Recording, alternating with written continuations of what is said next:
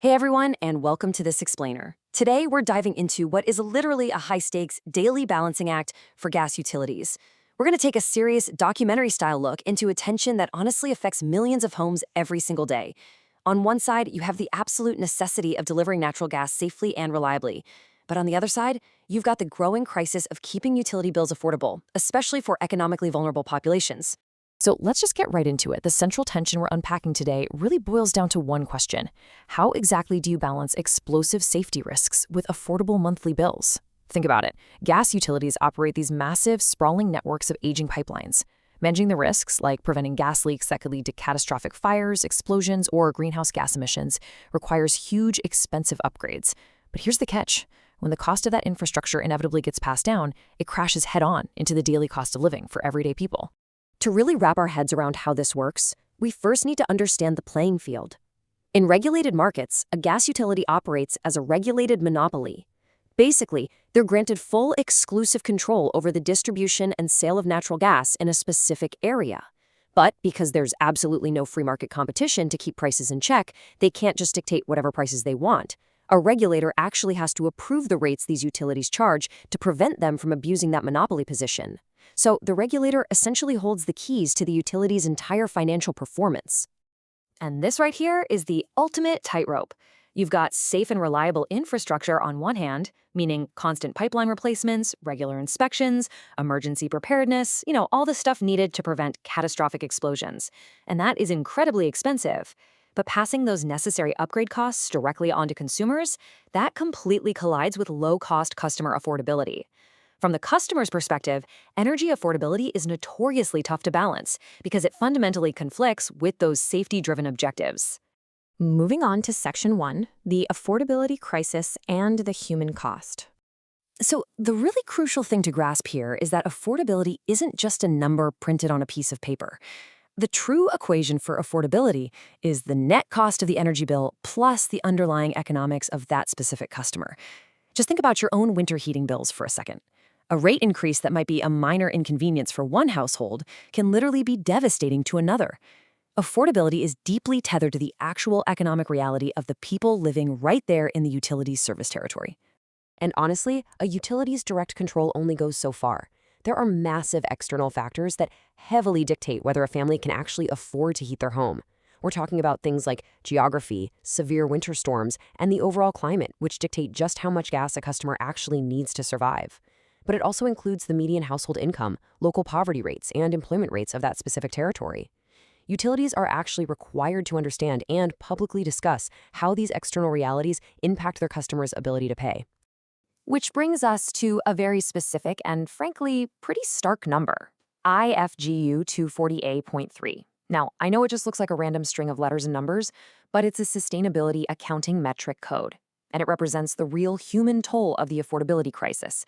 It's how the industry officially tracks the absolute worst-case scenario for a customer who simply cannot balance their personal economic tightrope. So here is the reality of what that metric measures. Step 1 tracks the total number of residential gas disconnections for non-payment. That's when a utility intentionally shuts off a family's heat because they simply couldn't pay the bill. Then, Step 2 tracks the percentage of those exact customers who are reconnected within 30 days. It's a pretty sobering look at how many freezing homes manage to get their heat back on quickly, whether that's through catching up on payments, getting on a payment plan, or finding a bill assistance program. Let's move into Section 2, Trust, Rates, and Risk, the ripple effect. The sustainability standards put this incredibly plainly.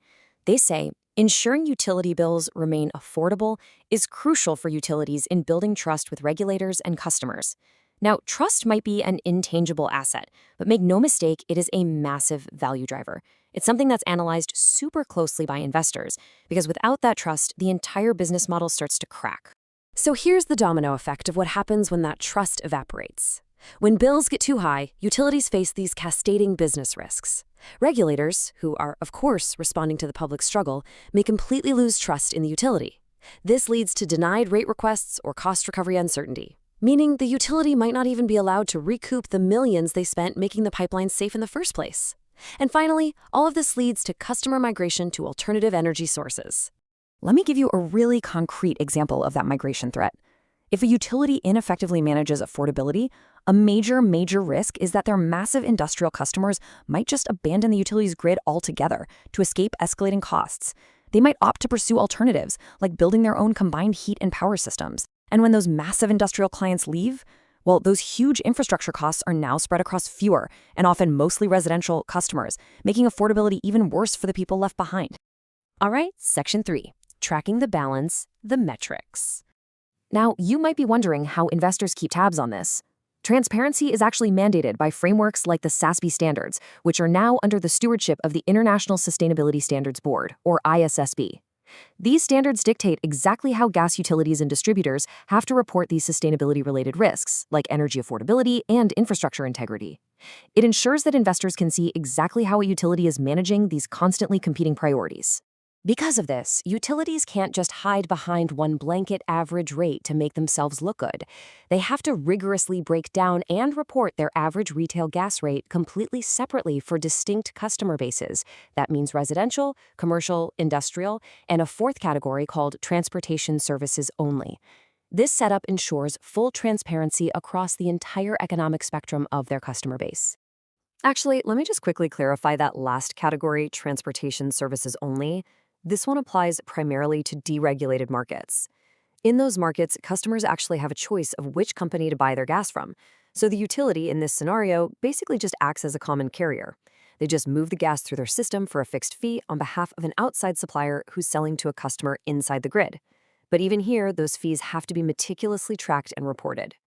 When you look at the actual standardized table from the SASB framework, you can really see how heavily utilities are scrutinized.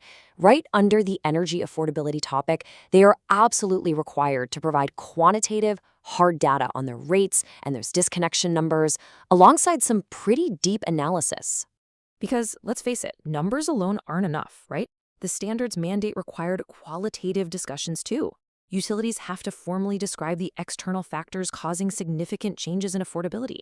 They have to discuss the frequency and magnitude of those factors, the trend in how they're affecting affordability, the risks of non-payment, and even the opportunities for capital investment. Basically, they have to prove to everyone that they have a comprehensive long-term strategy in place. But it isn't all just downside risk. The standards do offer a clear silver lining. They note that effectively managing affordability may provide opportunities to grow capital investment, revise rate structures favorably, and increase allowed returns. So there's a real upside here. Utilities that successfully manage this tightrope, the ones working closely with regulators on rate structures and bill assistance programs, they get rewarded with financial growth, investment opportunities, and strong regulatory support. Which leaves us with this final thought for today. We've seen just how delicate this balance is right now. But as policymakers and regulators increasingly seek to mitigate climate change, and as emissions targets inevitably drive infrastructure and compliance costs even higher, who is going to bear the burden of the gas utility tightrope tomorrow? Will it be the utility investors who take the hit, or will it fall on the most economically vulnerable customers? It's a massive tension, and it certainly isn't going away anytime soon. Thanks so much for joining me for this explainer, and I really hope it provided a clear, structured look into the incredibly complex world of energy affordability.